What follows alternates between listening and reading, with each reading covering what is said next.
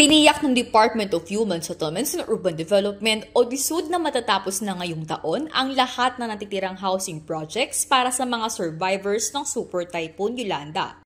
Ayon kay DSUD Secretary Jose Rizalino Acosar, nangako ang National Housing Authority na tatapusin ng 4,702 housing units na natitira sa ilalim ng Yolanda Permanent Housing Project bago matapos ang 2025.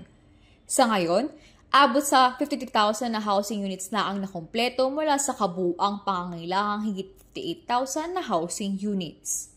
Sa kasalukuyan, mahigit 45,000 na ang tinitirhan ng mga benepisyaryo.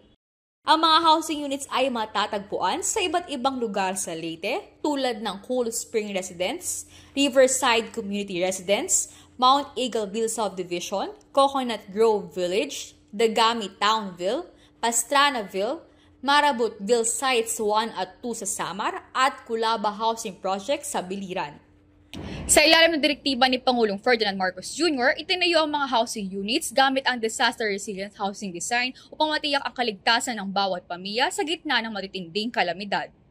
Ang mga housing units ay ibinigay ng libre sa mga kwalipikadong benepisyaryo, kabilang dito ang mga pamilyang nawalan ng tirahan matapos ang pananalasa ng Bagyong Yolanda noong Nobyembre 2013. Ako si Christine Replan ng Department of Human Settlements and Urban Development para sa DSUD Express Balita.